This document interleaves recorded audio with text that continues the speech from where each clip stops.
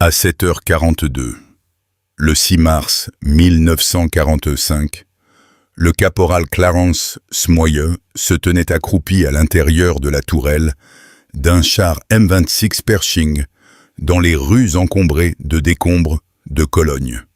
Il regardait l'équipage d'un Panther allemand faire pivoter leur canon de 75 mm vers l'intersection où 2 Shermans américains venaient de s'arrêter. 21 ans, 7 mois de combat à travers la France et l'Allemagne. 5 chars ennemis détruits. Le Panther tira 2 fois. Les 2 obus transpercèrent le bouclier du canon du Sherman de tête à quelques centimètres l'un de l'autre. 3 membres d'équipage américains moururent instantanément. Le commandant tenta de s'échapper, sa jambe gauche arrachée sous le genou. Smoyer avait grandi à Payville, en Pennsylvanie, dans une région charbonnière où son père travaillait dans les mines. Il ne s'était jamais battu de sa vie. Il n'avait chassé le lapin qu'une seule fois et s'était senti mal après coup. Maintenant, il était assis derrière le viseur du char le plus puissant d'Amérique, regardant la fumée s'échapper du compartiment d'un Sherman à 2 rues de là. En mars 1945, l'armée des États-Unis avait perdu des milliers de chars Sherman sous le feu des canons allemands. Le Panther pesait 10 tonnes de plus que le Sherman. Le Tigre pesait encore davantage. Les canons allemands de 75 et 88 mm pouvaient pénétrer le blindage du Sherman à des distances où les obus américains ricochaient simplement sur l'acier allemand. Pendant la bataille des Ardennes, 3 mois plus tôt, les bataillons de chars américains avaient été dévastés. Des compagnies entières perdaient la moitié de leurs véhicules en un seul engagement. Les taux de survie des équipages racontaient l'histoire. Si votre Sherman était touché, vous aviez quelques secondes pour vous échapper avant que les munitions n'explosent et ne transforment 33 tonnes d'acier en un crématorium. Le problème était évident depuis la Normandie. La solution avait été retardée pendant 3 ans. Le commandement des forces terrestres, dirigé par le lieutenant-général Leslie McNair, insistait sur le fait que le Sherman était adéquat. Les chasseurs de chars devaient s'occuper des blindés ennemis. La doctrine américaine stipulait que les chars soutenaient l'infanterie et évitaient les combats de chars contre chars. La doctrine allemande disait le contraire, tout comme la réalité du champ de bataille. Le département de l'armement avait conçu un char lourd en 1942. Le programme T-26 produisit plusieurs prototypes. Chaque version ajoutait du blindage, améliorait le canon, affinait la suspension. Chaque version ajoutait aussi du poids et de la complexité. L'état-major de McNair rejeta chaque proposition. Le Sherman fonctionnait très bien en Afrique du Nord, argumentait-il.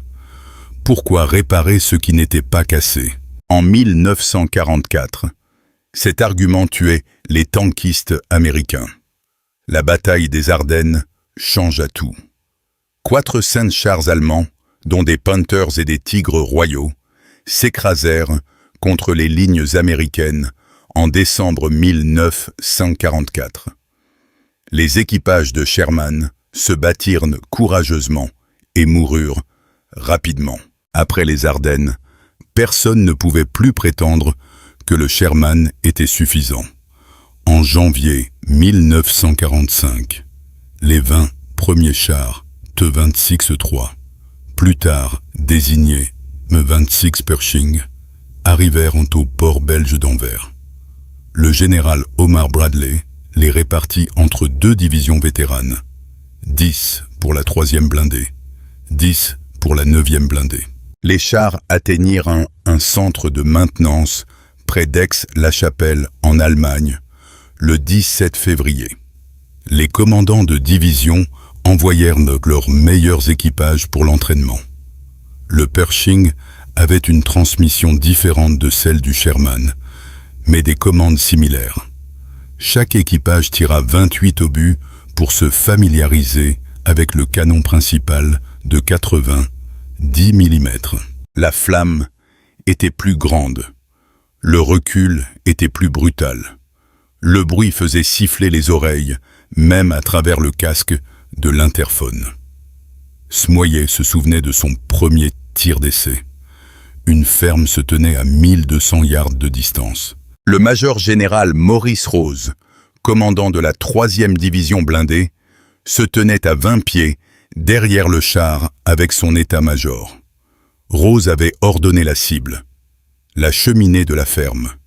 Smoyer centra le réticule et pressa la détente. Le souffle de la bouche projeta Rose et tous les officiers près de lui au sol. La cheminée explosa en fragments. Rose se releva, brossa la poussière de son uniforme et sourit. Smoyer toucha 2 autres cheminées à une distance plus longue. Rose approuva le Pershing pour le combat. Si vous voulez voir comment le char expérimental de Smoyer s'est comporté dans les rues de Cologne, n'hésitez pas à cliquer sur le bouton « J'aime ». Chaque mention « J'aime » nous aide à partager ces histoires oubliées avec plus de personnes. Abonnez-vous. Revenons à Smoyer. Les premiers Pershing entrèrent en combat le 25 février près de la rivière Rowe. L'un d'eux fut mis hors de combat le lendemain par un tigre caché, mais d'autres détruisirent des chars allemands à des distances où les Sherman auraient été impuissants. Début mars, la 3e blindée poussait vers le Rhin. Cologne se trouvait sur la rive ouest, une grande ville industrielle, la 4e plus grande d'Allemagne, désormais un désert de décombres et de fumée. 262 raids de bombardement alliés avaient réduit la majeure partie de la ville en pierres brisées et en acier tordu. Seules les 2 flèches de la cathédrale de Cologne tenaient encore debout, s'élevant au-dessus de la destruction comme des pierres tombales. Le matin du 6 mars, l'équipage de Smoyer reçut ses ordres. Ils allaient mener l'avance dans le centre-ville de Cologne.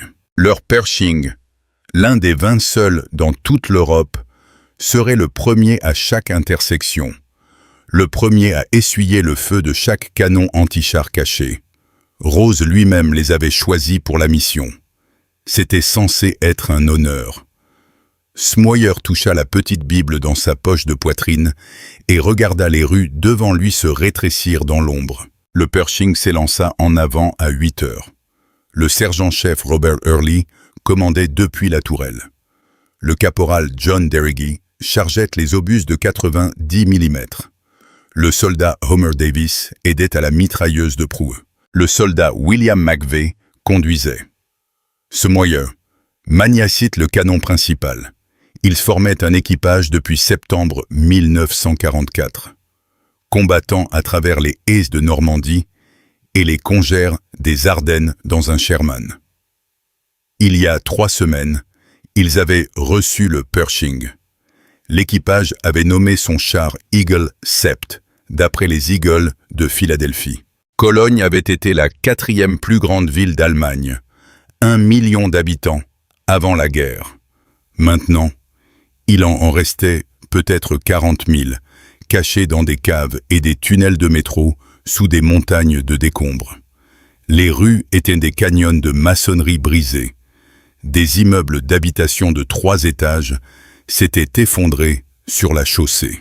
Les lignes de tramway se tordaient dans les airs comme des lianes de métal. Chaque intersection offrait une douzaine de positions de tir pour les équipes de Panzerfaust allemandes. Chaque fenêtre de sous-sol pouvait cacher un canon anti-char de 90 mm. La 3e division blindée était entrée dans la banlieue de Cologne le 2 mars. 4 jours de combat, de maison en maison suiviront.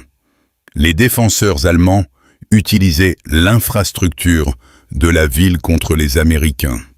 Des tunnels piétonniers souterrains reliaient les sous-sols sur des pâtés de maisons entiers. Les soldats les appelaient des pistes de souris. L'infanterie allemande apparaissait derrière les positions américaines, attaquait, puis disparaissait sous terre, avant que quiconque ne puisse réagir. Des tireurs d'élite tiraient depuis les clochers des églises et les cheminées d'usines. Les équipages anti-chars attendaient que les véhicules américains passent, puis tiraient dans le blindage arrière mince. Les avantages du Pershing étaient évidents. Son blindage frontal mesurait 4 pouces d'épaisseur, le double de la protection du Sherman. Le canon de 90 mm pouvait pénétrer n'importe quel char allemand à distance de combat. Mais dans la guerre urbaine, ces avantages comptaient moins. Un Panzerfaust tiré à 20 pieds de distance se moquait de l'épaisseur du blindage. Des cocktails Molotov lancés depuis les fenêtres du 3e étage atterrissaient sur les capots moteurs où le blindage était le plus fin. Le Pershing pesait 46 tonnes. De nombreux ponts de Cologne ne pouvaient supporter ce poids. Les rues que les Sherman parcouraient facilement devenaient des pièges pour le véhicule plus lourd. Smoyer observait à travers son périscope tandis que l'Eagle Sept passait devant les restes de ce qui avait été un quartier commerçant. Des mannequins gisaient éparpillés parmi les briques et le verre. Un tramway était renversé, ses fenêtres soufflées. Le feu avait consumé des pâtés de maisons entiers. L'odeur de la fumée et de choses pires s'insinuait à travers le système de ventilation du char.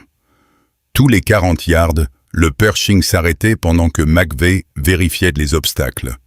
Les décombres pouvaient cacher des mines. Les cratères d'obus pouvaient briser une chenille. La radio crépitait de rapports d'autres unités. Les chars Sherman nettoyaient les rues latérales. Des escouades d'infanterie se déplaçaient de bâtiment en bâtiment. La résistance allemande était plus légère que prévu. La plupart des unités de la Wehrmacht s'étaient retirées de l'autre côté du Rhin pendant la nuit. Les ponts étaient piégés avec des charges de démolition. Les ingénieurs allemands attendaient l'ordre de les détruire. Seules des unités d'arrière-garde restaient à l'ouest du fleuve. Des volontaires qui avaient juré de se battre jusqu'à la dernière cartouche. Eagle Sept tourna un coin et entra dans une avenue plus large. Les 2 flèches de la cathédrale de Cologne s'élevaient devant, à environ un demi-mille. La cathédrale avait survécu au bombardement par ce que beaucoup appelaient un miracle. 262 raids avaient réduit la ville environnante en fragments, mais la structure médiévale restait intacte. Ces tours gothiques étaient des points de navigation pour chaque unité de la ville. Chaque référence de carte partait de la cathédrale. Chaque transmission radio mentionnait les flèches comme point de repère. Le Pershing avança d'un autre pâté de maisons, puis d'un autre. Les rues s'élargissaient à mesure qu'ils approchaient du centre-ville. Plus dangereuses aussi. Des rues larges signifiaient des lignes de mire plus longues. Des lignes de mire plus longues signifiaient que les artilleurs allemands avaient plus de temps pour viser. Smoyer gardait l'œil pressé contre le viseur, scannant les fenêtres et les portes. Sa main droite reposait sur la commande de rotation de la tourelle. Sa main gauche planait près de la détente. À 9h15, la radio transmit de nouveaux ordres. Des chars allemands opéraient près de la place de la cathédrale. Au moins 2 Panthers confirmés, peut-être un Tigre. L'infanterie américaine s'était repliée après avoir subi des pertes. Eagle Sept devait se rendre dans la zone de la cathédrale et éliminer les blindés ennemis. Smoyer sentit sa bouche devenir sèche. Le Pershing n'avait jamais affronté de Panther en combat direct.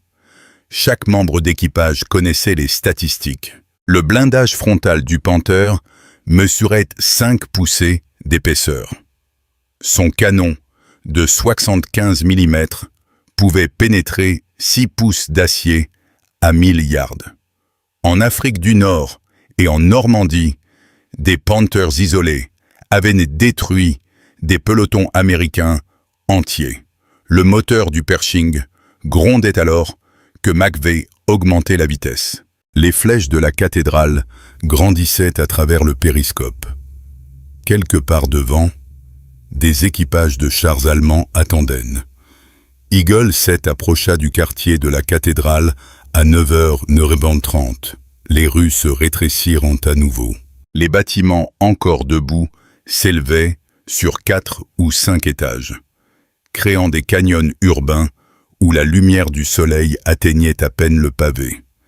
Une brume fumante provenant des incendies du matin dérivait entre les ruines.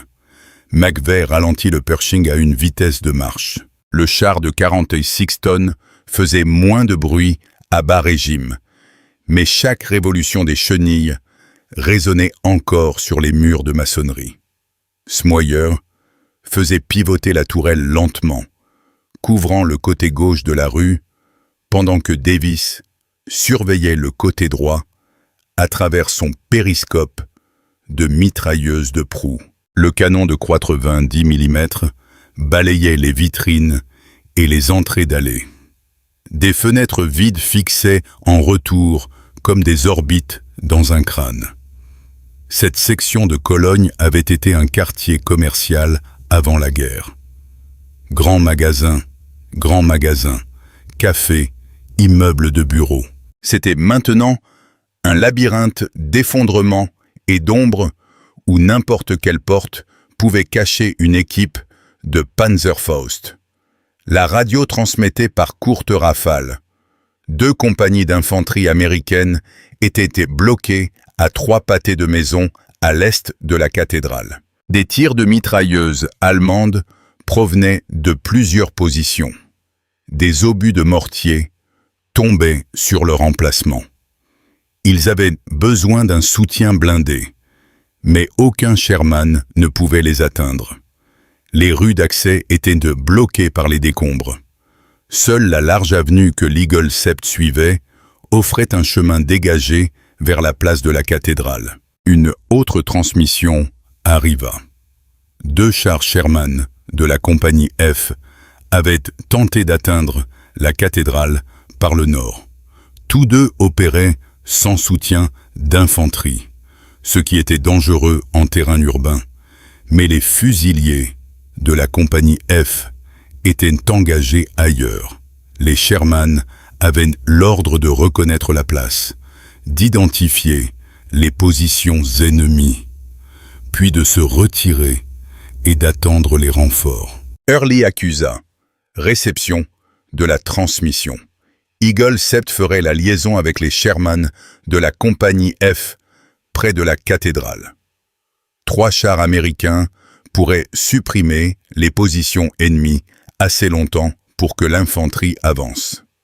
Des tactiques d'armes combinées, standard, le genre d'opération que la 3e blindée avait exécuté avec succès des dizaines de fois depuis la Normandie.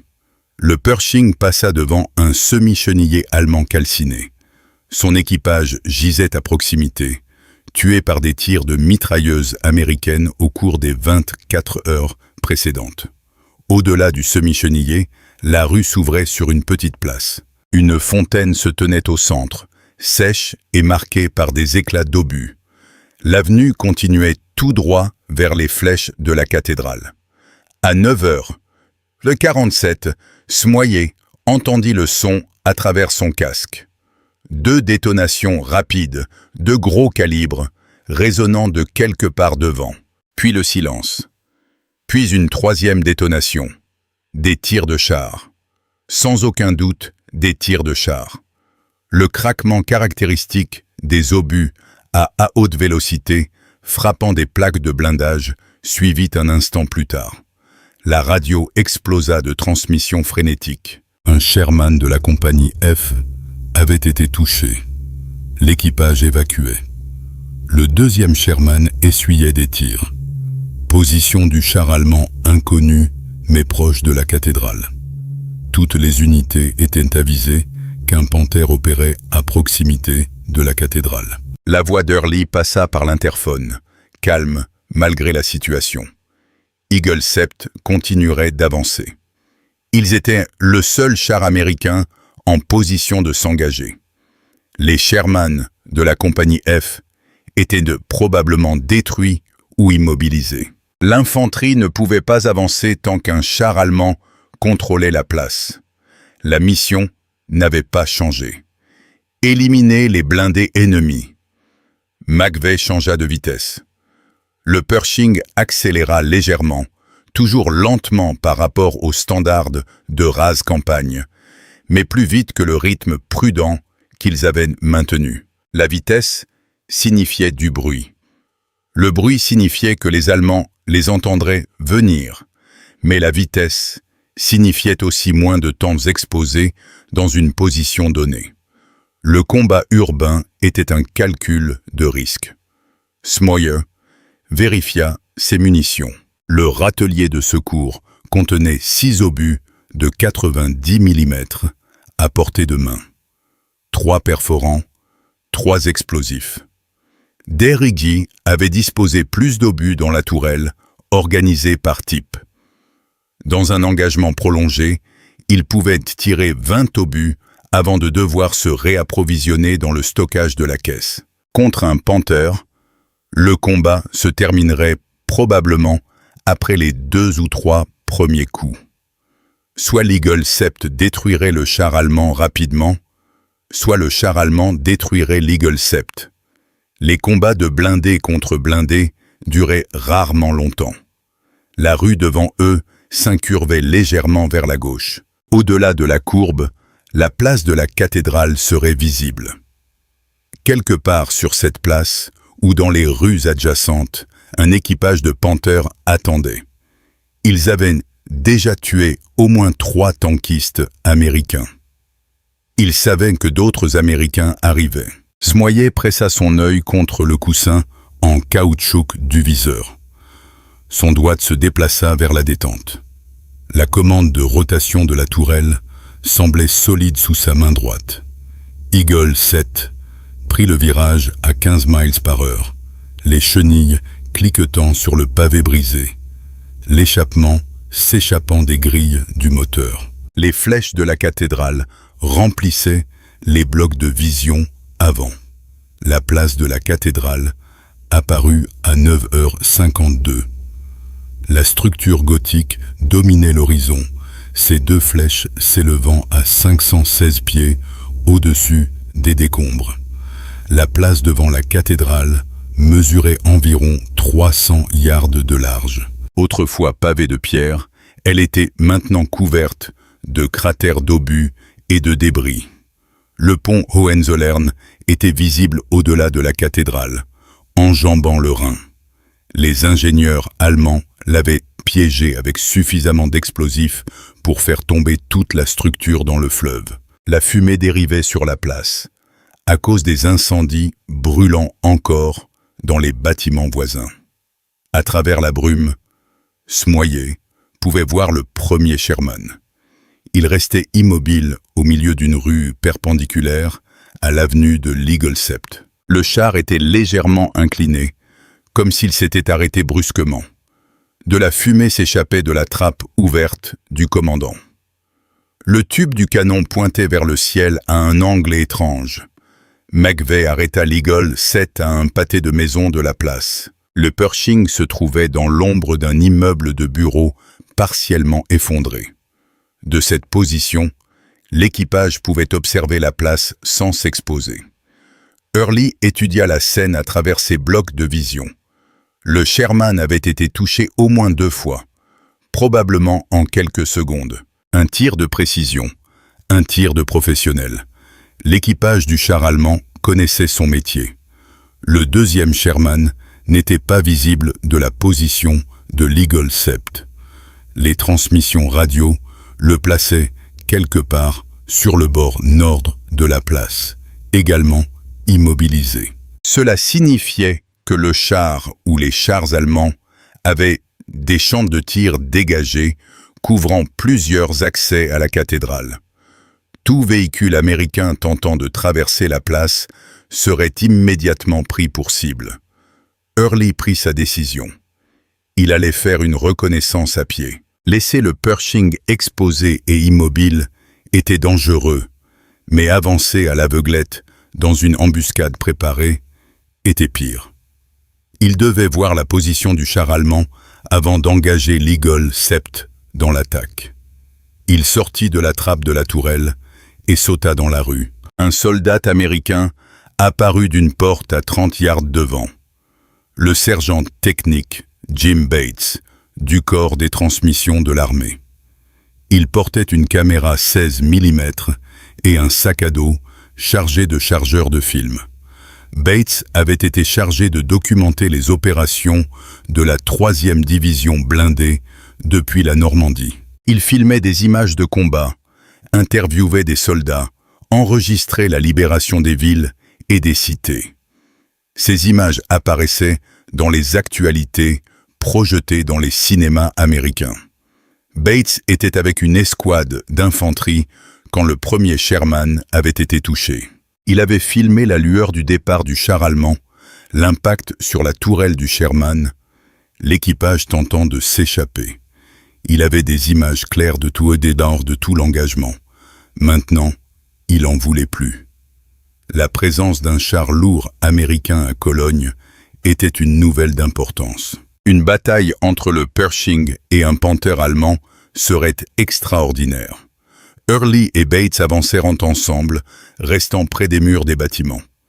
Ils atteignirent un coin d'où ils pouvaient observer la place de la cathédrale sans s'exposer.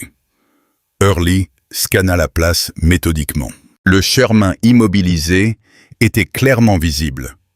Au-delà, partiellement caché par une rue latérale, il repéra le Panther. Le char allemand était en position d'embuscade parfaite. Son canon tournait vers l'avenue par laquelle les Sherman étaient arrivés. Le canon, de 75 mm, dépassait de la tourelle angulaire comme un doigt pointé vers la zone de mise à mort. L'équipage du Panther avait choisi sa position avec soin. Il pouvait couvrir toute la place tout en restant partiellement caché. Tout char américain entrant par le nord exposerait son blindage latéral vulnérable. Early étudia la géométrie. Le Panther ne pouvait pas voir la position actuelle de l'Eagle Sept. Le bâtiment bloquait leur ligne de mire. Mais si l'Eagle Sept avançait sur la place, les Allemands les repéreraient immédiatement. Un engagement frontal à travers 300 yards de terrain découvert ne favorisait aucun camp. Les deux chars avaient des canons capables de pénétrer le blindage de l'autre à cette distance. Mais il y avait une autre option. Une rue latérale courait parallèlement à l'avenue de l'Eagle Sept. Si le Pershing pouvait contourner le pâté de maison, il pourrait approcher par l'ouest. Le canon du Panther faisait face au nord. Sa tourelle devrait pivoter pour engager une menace venant de l'ouest. La rotation de la tourelle prenait du temps. Pas beaucoup de temps, peut-être 3 ou 4 secondes, mais assez. Assez pour un tir. Early retourna à l'Eagle Sept. Il expliqua le plan par l'interphone. Ils allaient avancer dans la rue parallèle. À l'intersection la plus proche de la cathédrale, ils tourneraient à gauche et entreraient sur la place. Le Panther serait sur leur droite, à environ 90 degrés du canon de l'Eagle Sept. Smoyer aurait un tir dégagé sur le blindage latéral du char allemand, le blindage le plus mince, le tir mortel. McVeigh acquiesça. Derrigui chargea une obus perforante. Davis prépara la mitrailleuse de Proué. Smoyer fit pivoter la tourelle jusqu'à ce que le canon principal pointe vers la droite, anticipant l'angle dont ils auraient besoin en atteignant l'intersection. Le moteur du Pershing monta en régime. Les 46 tonnes d'acier commencèrent à bouger. Bates se positionna à une fenêtre du 2e étage, surplombant la place de la cathédrale. Sa caméra était prête. Eagle Sept roula vers l'intersection où un équipage de Panther attendait. Eagle Sept entra dans la rue latérale à 9h58. L'avenue était plus étroite que l'accès principal, à peine assez large pour la masse du Pershing. Des fragments de bâtiments jonchaient le pavé. McVeigh navigua autour d'un cratère, maintenant le char en mouvement à une vitesse constante. Trop lent, et il serait une cible facile. Trop vite, et Smoyer ne pourrait pas viser correctement. L'intersection devant eux apparut dans les blocs de vision du conducteur. Au-delà, la place de la cathédrale s'ouvrait sur la droite. Smoyer gardait l'œil pressé sur le viseur, surveillant l'angle où le Panther allait apparaître. Son doigt reposait sur la détente. La tourelle était déjà orientée à 90 degrés vers la droite. Quand il dépasserait le coin, le char allemand devrait être directement dans son champ de vision. Devrait être. Le combat ne correspondait jamais exactement au plan. 50 yards de l'intersection. 40 yards. 30. McVeigh maintenait la vitesse. Le bruit du moteur alerterait l'équipage du Panther. Les Allemands entendraient le Pershing avant de le voir. Mais le son prenait du temps à être localisé. La direction était difficile à déterminer dans les rues résonnantes. Le commandant allemand aurait besoin de secondes pour identifier la menace. 20 yards. La prouée du Pershing émergea de la rue latérale dans l'intersection. Le périscope de McVeigh lui donnait une vue limitée vers la droite. Il vit le Panther immédiatement. Le char allemand se trouvait exactement là où Early l'avait décrit, à environ 110 yards. La distance était une portée à bout portant pour un canon de 90 mm. Mais la tourelle du Panther bougeait. Le long canon pivotait vers eux. Quelqu'un dans le char allemand avait repéré le Pershing plus vite que prévu. McVeigh prit une décision en une fraction de seconde. Il n'arrêta pas le char. S'arrêter ferait de l'Eagle 7 une cible fixe. Un char immobile était un char mort. Il poussa l'accélérateur à la place. Le Pershing bondit en avant dans l'intersection, traversant la ligne de tir du char allemand. Smoyer vit le Panther apparaître dans son viseur.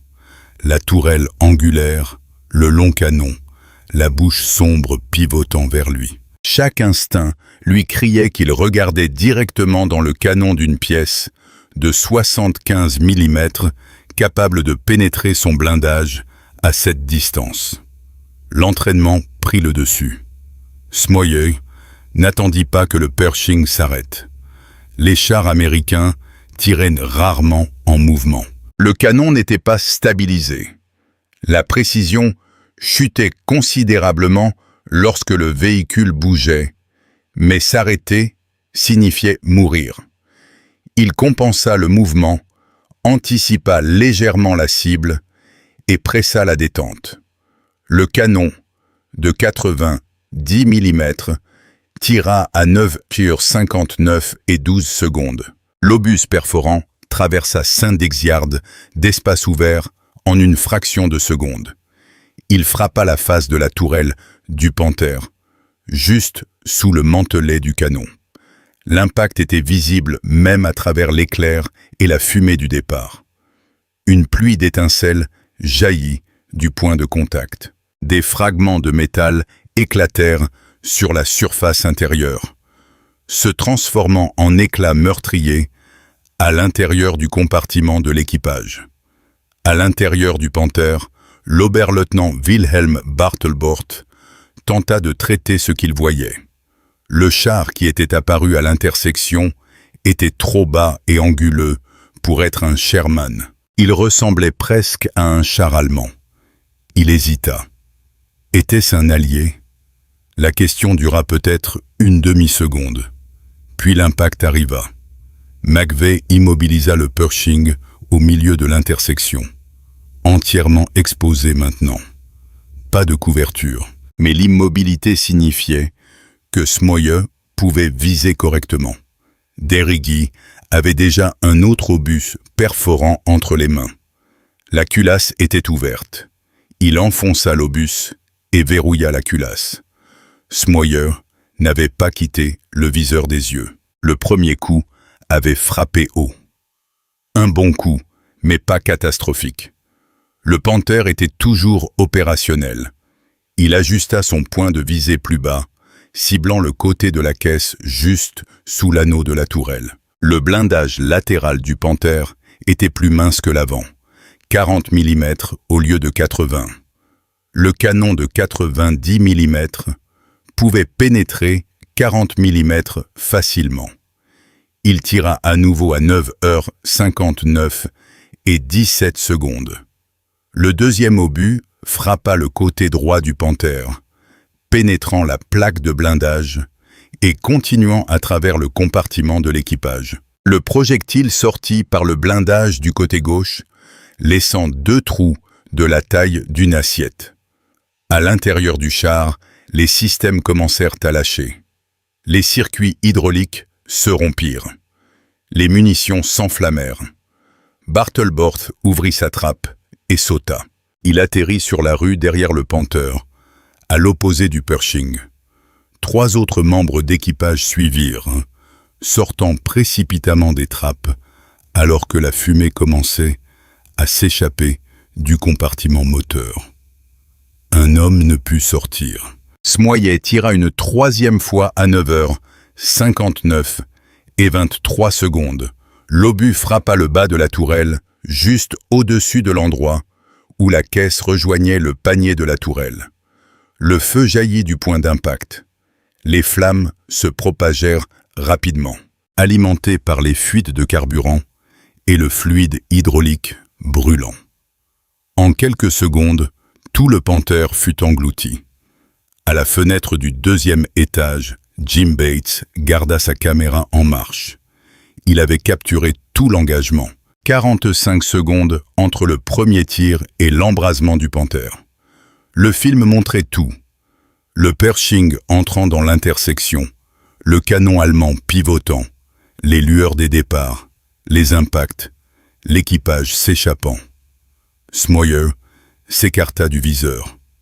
Ses mains tremblaient. Le Panther était détruit. Eagle Sept était intact. Tout l'équipage était en vie. Le Pershing avait fait ses preuves. Le Panther brûla pendant les 3 heures suivantes. Les munitions continuèrent d'exploser à l'intérieur de la caisse, projetant des étincelles et des fragments dans les airs. À midi, le feu avait consumé tout ce qui était inflammable. La tourelle reposait à un angle étrange, déformé par la chaleur et noirci. Les corps des soldats allemands gisaient éparpillés autour de la place de la cathédrale. L'infanterie qui soutenait le Panther s'était retirée de l'autre côté du Rhin lorsque leur soutien blindé avait été détruit. Les troupes américaines s'installèrent dans la zone en début d'après-midi. Bates descendit de son poste d'observation et s'approcha de l'Eagle Sept. L'équipage se tenait à l'extérieur du Pershing, fumant des cigarettes et vérifiant si le char avait subi des dommages. Il n'avait reçu aucun coup. Le Panther n'avait jamais tiré. L'hésitation de Bartelborth avait coûté à son équipage ses secondes critiques. Bates filma l'équipage posant près de leur char. Zmoje se tenait à l'écart, mal à l'aise avec cette attention. Vers 14 heures, des unités américaines supplémentaires avaient sécurisé la zone de la cathédrale. Les ingénieurs commencèrent à vérifier si le pont Hohenzollern était piégé. Les escouades d'infanterie nettoyaient les bâtiments méthodiquement. La résistance était légère. La plupart des forces allemandes s'étaient retirées pendant l'engagement avec le Panther. Le son des canons de chars lourds au centre-ville leur avait indiqué que leur position défensive s'effondrait. Mais la bataille pour Cologne n'était pas finie. Des unités allemandes tenaient encore des parties de la ville à l'est de la cathédrale. Des points d'appui isolés devaient être éliminés. Eagle 7 reçut l'ordre de continuer l'avance. L'équipage remonta. McVeigh démarra le moteur. Le Pershing s'enfonça plus profondément dans la ville en ruine.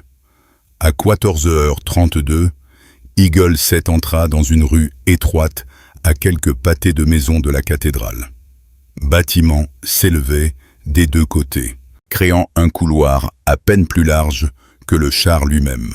Devant, la rue s'ouvrait sur une petite intersection. Au-delà de l'intersection, la route continuait vers la rive du Rhin. Une automobile noire apparut soudainement d'une rue latérale, traversant l'intersection à toute allure. La voiture roulait à grande vitesse, zigzagant entre les débris. Pour se noyer, elle ressemblait à une voiture d'état-major. Les officiers allemands utilisaient des véhicules similaires pour se déplacer entre les postes de commandement. Dans un combat urbain, tout véhicule non identifié était une menace potentielle. Les civils avaient été évacués des semaines auparavant. Toute personne encore à Cologne était soit un combattant, soit un soutien à l'effort de guerre allemand. Smoyer ouvrit le feu avec la mitrailleuse coaxiale. Des balles traçantes traversèrent de l'intersection. Plusieurs balles frappèrent les panneaux de la carrosserie de la voiture. Le verre vola en éclats, mais le véhicule ne s'arrêta pas. Il continua sa course à travers l'intersection, disparaissant dans une autre rue. Au même moment, depuis une position cachée sur la gauche de Smoyer, un Panzer IV allemand tira avec sa mitrailleuse sur la même voiture. Le char était tapi derrière un bâtiment partiellement effondré, invisible pour l'Eagle 7. Son équipage avait également repéré l'automobile et l'avait engagée. Le feu combiné des deux chars cribla le véhicule. La voiture s'arrêta brusquement. Le conducteur s'effondra sur le volant. Une portière passager s'ouvrit. Une silhouette tomba sur la chaussée et ne bougea plus. Smoyer vit la lueur du départ du char allemand. Un Panzer IV, modèle plus ancien. Probablement un Mark IV-H. Pas aussi dangereux que le Panther, mais toujours capable de détruire un Sherman. Contre un Pershing, les chances favorisaient le char américain. Mais la position du Panzer était bonne. Il était à l'abri. Eagle 7 se trouvait exposé dans la rue. Le char allemand commença à se retirer, reculant plus profondément dans sa position, caché derrière le bâtiment effondré. Smoyer ne pouvait voir que la partie avant de la caisse, pas assez pour garantir un tir mortel. Le Panzer disparut complètement derrière les décombres. McVeigh tenta de manœuvrer le Pershing pour obtenir un meilleur angle. Mais la rue étroite limitait les mouvements. Le bâtiment qui cachait le char allemand était une structure résidentielle de 4 étages. La façade avant s'était effondrée, mais la partie arrière tenait encore. Les murs intérieurs étaient visibles à travers la brèche. Le Panzer se trouvait quelque part derrière ces murs, se repositionnant pour un autre tir. Smoyer prit une décision. Il ne pouvait pas voir le char allemand, mais il pouvait voir le bâtiment. Il fit pivoter la tourelle jusqu'à ce que le canon de 90 mm pointe vers la base de la section de mur encore debout. L'obus explosif dans la culasse était conçu pour détruire les fortifications et les bâtiments. Il visa le support d'angle où l'intégrité structurelle du mur était la plus faible. Le canon tira à 14h34 et 48 secondes. L'obus explosif détonna contre la brique et le béton. L'explosion emporta une section du support d'angle d'environ 6 pieds de large. Pendant un instant, rien ne se passa. Puis la physique reprit ses droits. Sans le support d'angle, toute la section de mur perdit sa stabilité.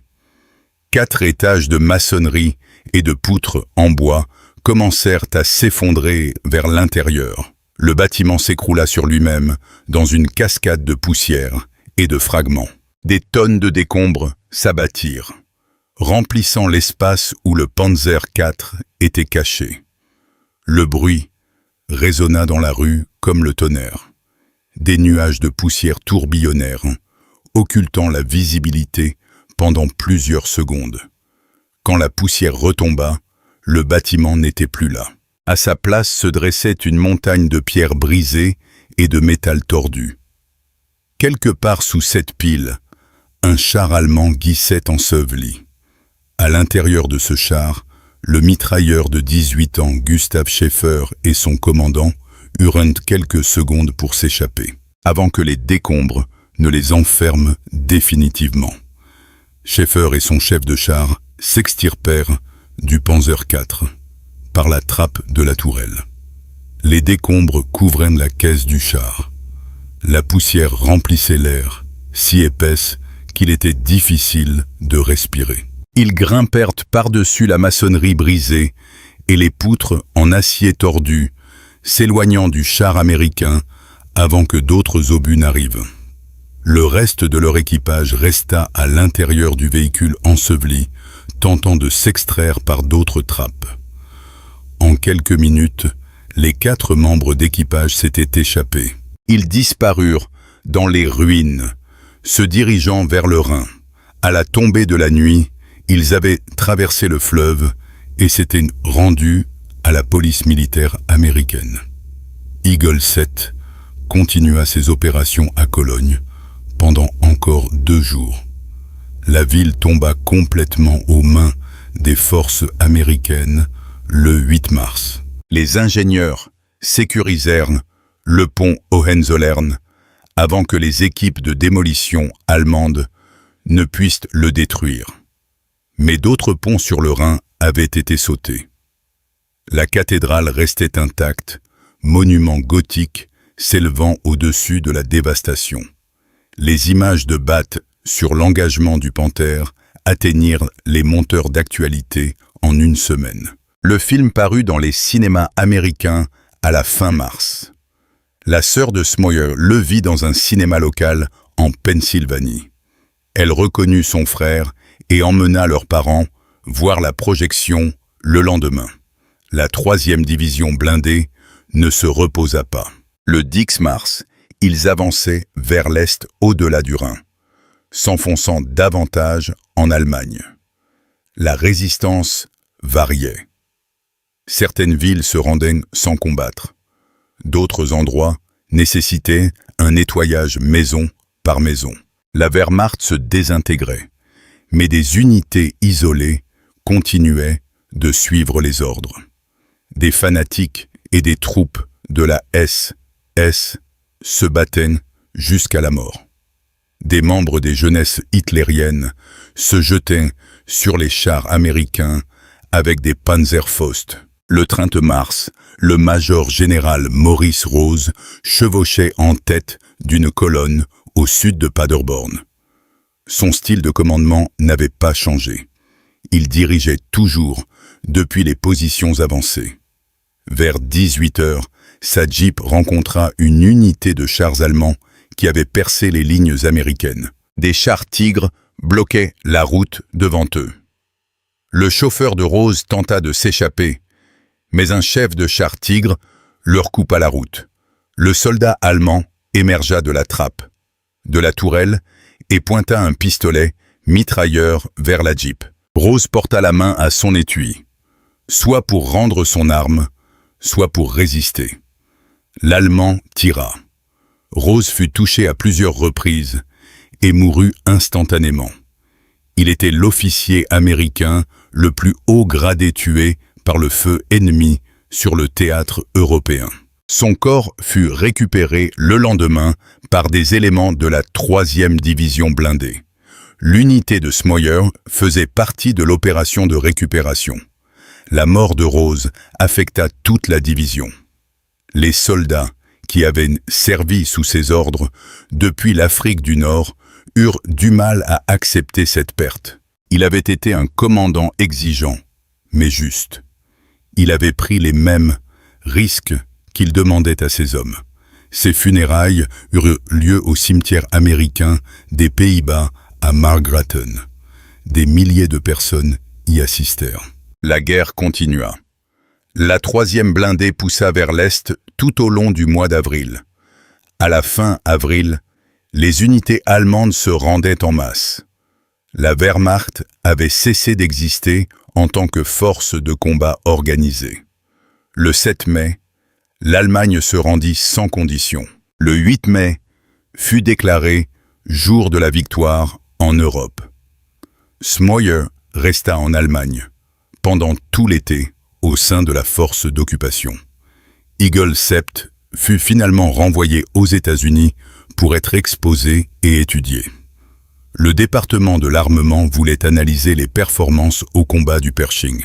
Les ingénieurs documentèrent bien chaque rayure et chaque bosse sur le blindage. Des experts en balistique mesurèrent l'usure du canon. Les équipes de maintenance notèrent les problèmes mécaniques. En septembre 1945, Zmoje reçut l'ordre de rentrer chez lui. Il partit de Bremerhaven pour New York à bord d'un transport de troupes. Le voyage dura 8 jours. Il arriva à Fort Dix, dans le New Jersey, pour les formalités. En une semaine, il reçut ses papiers de démobilisation. Le caporal Clarence Zmoje, armée des États-Unis, matricule 33 480 10 086, fut libéré du service actif le 24 septembre 1945.